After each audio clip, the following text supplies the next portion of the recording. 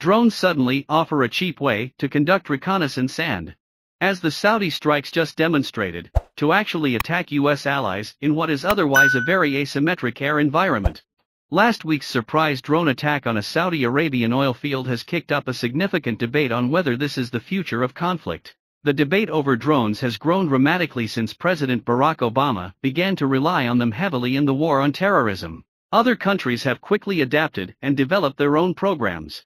In the United States, it is often said that the F-35 is the last manned fighter jet America will produce. Drones are cheaper, they can loiter over a battle space for long hours, and perhaps most importantly, if they are shot down, there is no human pilot to die or be taken prisoner. Politically, this is hugely attractive. It ensures that events such as the trial of Francis Gary Powers or the imprisonment of US pilots during the Vietnam War will never recur. The political path of least resistance for airstrikes is now to use unmanned aerial vehicles rather than manned planes.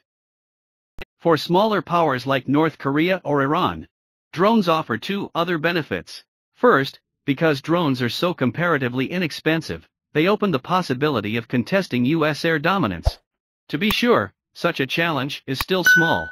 But in environments where US air superiority is nearly complete, drones open up new space and possibilities, and this is bound to be attractive. US air dominance is based on hugely expensive platforms like manned planes, aircraft carriers, large air bases, and so on. Drones suddenly offer a cheap way to conduct reconnaissance and, as the Saudi strikes just demonstrated, to actually attack US allies in what is otherwise a very asymmetric air environment.